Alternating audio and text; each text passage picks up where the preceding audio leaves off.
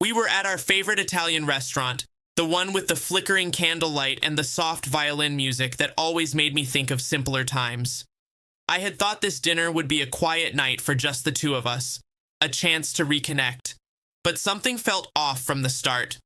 She arrived late, in a dress that I'd never seen before. Flirty, effortless, a little too intentional.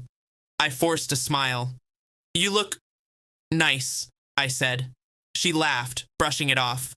"Thanks. I had to meet someone after work, but it's fine. You know, just friends." The words cut deeper than she realized. The appetizer arrived. Bruschetta, steaming, fragrant. But I barely touched it. My mind was replaying the last few weeks. Secretive phone calls, quick texts she'd hide as soon as I walked by, whispers in the hallway that stopped when I entered.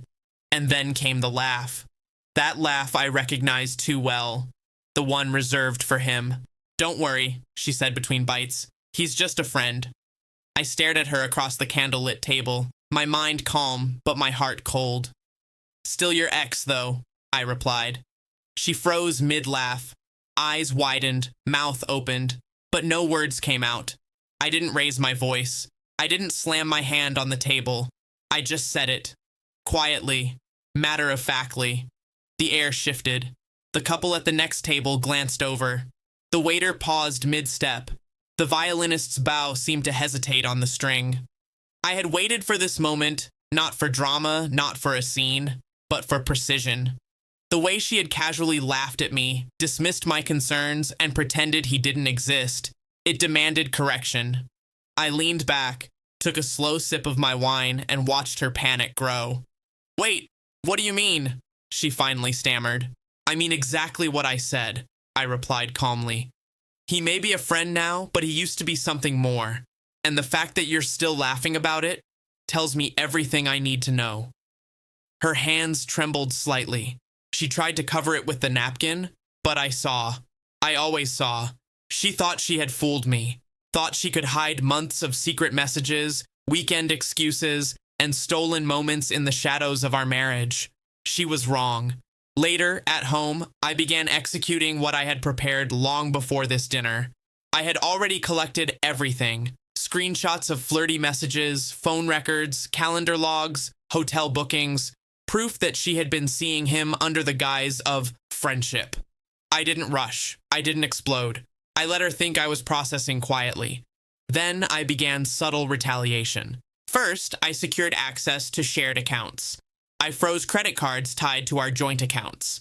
I quietly shifted investments into my name. Legal avenues, airtight. Next, I contacted him. Her ex, her just a friend. I presented him with the evidence. No theatrics, no accusations. Just facts. Documentation he couldn't deny. The panic in his voice when he realized she had lied, that she had covered her tracks for months, was deliciously silent. And then, the final blow. I scheduled a private meeting with her closest friends and family under the guise of a private intervention. I presented all the evidence professionally, calmly, without screaming or dramatics. Her laughter, the same careless laughter at dinner, had already turned to horror. She saw her world unravel piece by piece, trust destroyed, relationships questioned, her reputation exposed. By the time the dust settled, she had no more excuses, no more hiding, no more just friends. The revenge wasn't loud. It wasn't public spectacle. It was precise, calculated, and nuclear in effect.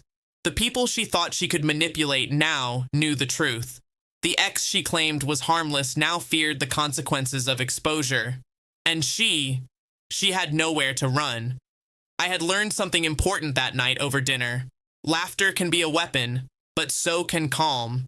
Composure, timing, and patience can dismantle even the most confident liar. She had laughed. I had replied. And that quiet reply, paired with meticulous planning, destroyed the illusion she had built around herself. By the end, I wasn't the angry, betrayed spouse.